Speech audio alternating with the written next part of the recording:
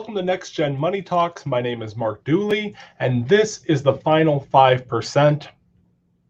This week, I had a conversation with a client that I've been working with for the last several months, and we're talking about persistency, being able to keep going on, doing an extra round, doing an extra set when you can't do anymore. For those of you guys that work out there, you know what I'm talking about, where you push yourself past that little bit you can't do anymore, but you push yourself and you get there, and it does amazing things. That's where the results occur in that final 5% when you're trying to build muscle and things like that.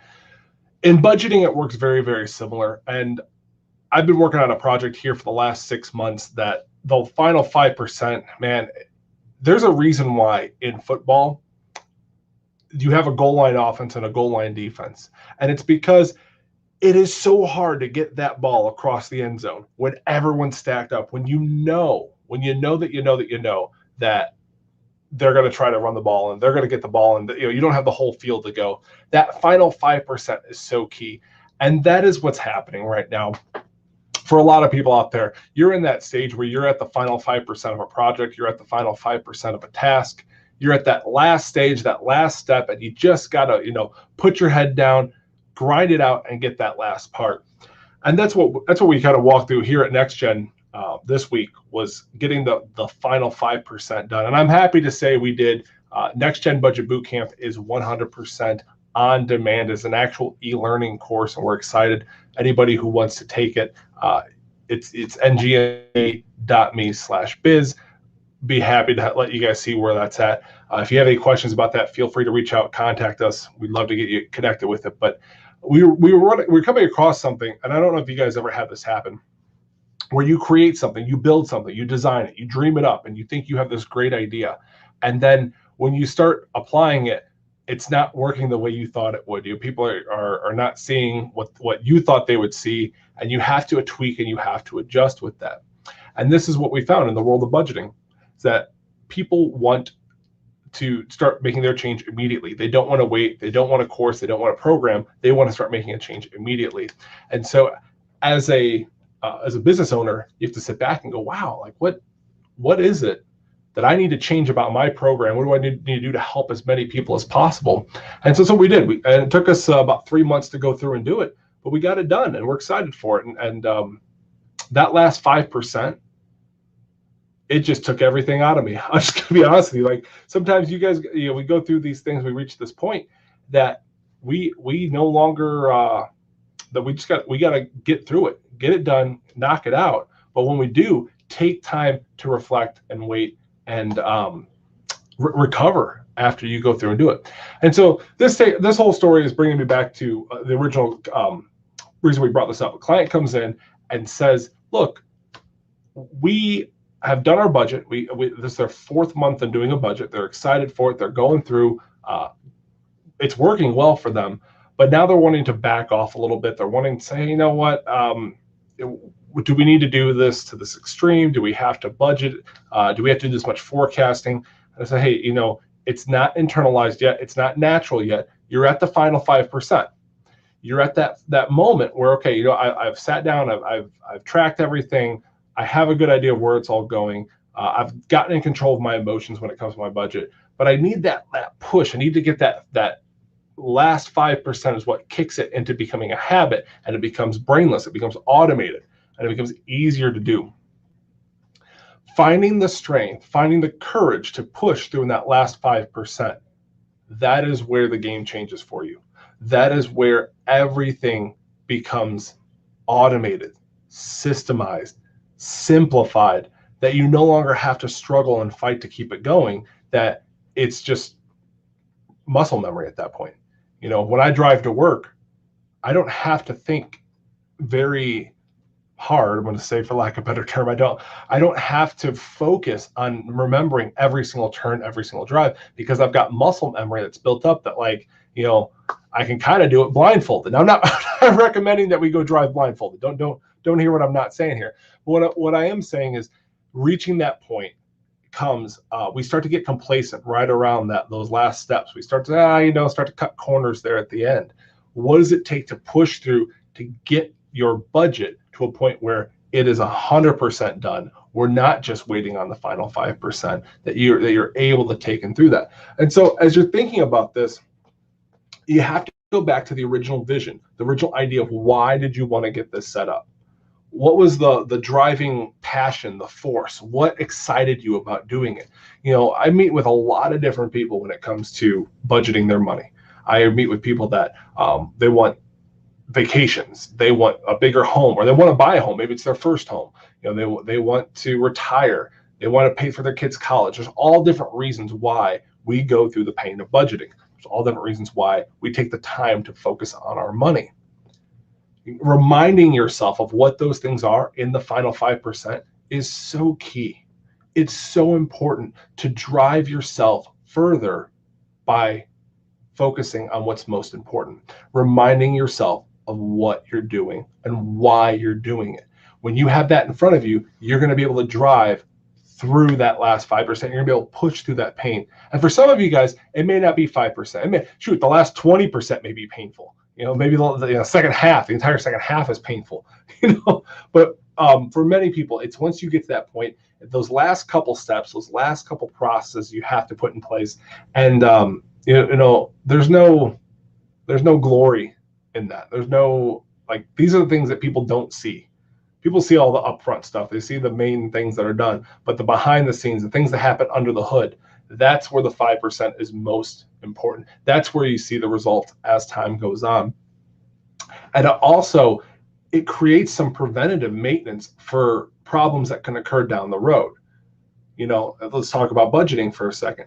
If I don't fully internalize it, then I'm always in constant contention with my emotions. Okay, well, my mind is telling me one thing, my heart's telling me another. Which one do I follow? And I'm constantly in that fight and that struggle because I haven't internalized it all the way. When I got to those last couple steps of budgeting, I didn't follow through. I didn't push all the way through and see it through to completion. And when I say to completion, I want to be clear. For those of you guys who have not interacted with anything of the Next Gen Budget before, what I'm talking about on there is forecasting is the beginning. Okay, so forecasting is where you sit down and you predict what you're going to spend. The next step is going to be tracking and finding out how much you spend where and see where, how close was your forecast to your tracking. The third step is the emotions and understanding why you spend, when you spend, and working with your emotions out there. Those three things combined together is what makes a full and complete comprehensive budget. As I keep working with individuals, I find that different people have different ones that are the hardest one for them to do. Some people don't like the forecast. They don't like to sit and do all that. Okay. Other people don't like to track. They think it's exhaustive. It's too much detail. They don't have the time for it. Other people don't want to deal with emotions. They want to keep it all up here in the head space, but not, talk about what's actually going on in their heart and what's going on, why they're being driven to make certain purchases and when they make them. There's three areas.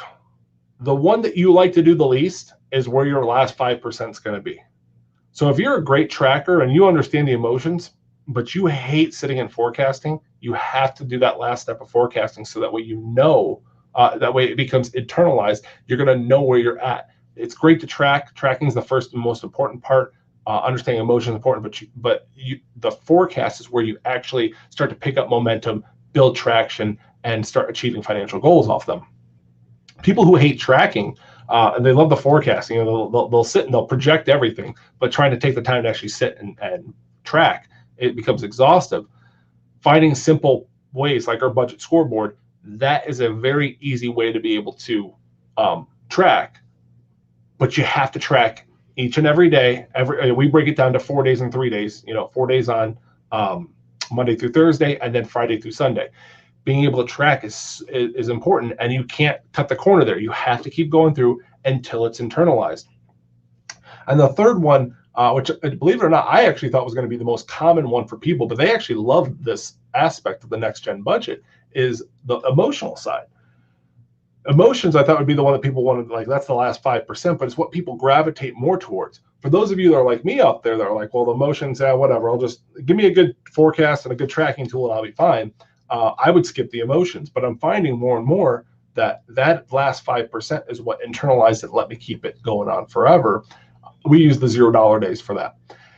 What that looks like is your your spending is driven by either your desire to feel good or feel bad about your money. Taking the time to understand, am I spending money right now that I wasn't planning on spending earlier?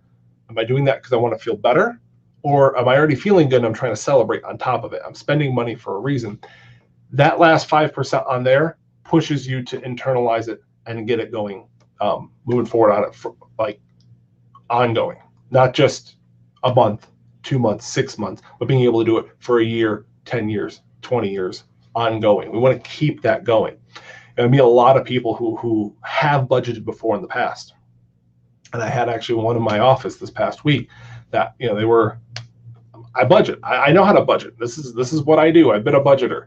And I say, great, let's talk about your budget. And it's almost like intermittent fasting. Like, well, they'll budget for like a month or two, and then they'll go off budget for 3 or 4 months, and they'll go on budget to get back on track, and they'll go off. And they're a yo-yo budgeter. Like they're on, they're off, they're on, they're off. And I'm seeing this more and more as I'm interacting with more clients and say, hey, this is normal. That we use a budget as a solution to a problem. We use it as a cure, not as a preventative maintenance. And if you take that extra 5% to keep doing it when there's not a problem, you're going to notice the amount of time that happens in between problems gets longer and longer. Instead of falling into debt or falling into financial, discord every 3 months, every 4 months, now you start putting a year in between. Now you start putting 2 years in between because you've maintained the budget. Finishing the budget is a preventive maintenance tool as the final 5% to getting you to where you want to go. Keep focusing on that. And we have tools here to be able to help you with that. One of the biggest ones, we mentioned $0 days, getting around $0 partners. It's a free Facebook group that we offer here. It's called $0 Partners, Purposeful Budgeting and Intentional Living. Go look us up on Facebook. We'd love to have you join. We broadcast this here. We broadcast this on YouTube and on our Facebook page. But the $0 Partners are where we actually come around and support you. You're around a like-minded community of others that would love to just help you reach your financial goals and where you're going. You don't have to over-disclose. You don't have to say anything more than what you feel comfortable with. But we just want to make that there and available to you for any of your budgeting support needs on there. So if you guys have any questions that you'd like me to talk about on our Next Gen Budget Talks, we would absolutely love you to send them. Send your questions to moneytalks@nextgenbudget.com. We'd love to get your answers. If you'd like to be a part of the show, you want to come on, do an interview, talk about something going on in your life, a product, a promotion. If you own a business, we'd love to feature you on here and just share the news out there, what's going on with you. As always, we believe here that everybody wants to do good with money. What does do good with money look like? It looks like jobs and better jobs, raises and bonuses, positions and promotions, provisions and resources, checks in the mail, finding money, and debts paid off so that you have more than enough to dent the universe in the way that you were called to. Thank you so much for joining me. My name is Mark Dooley. I hope you guys have a great week.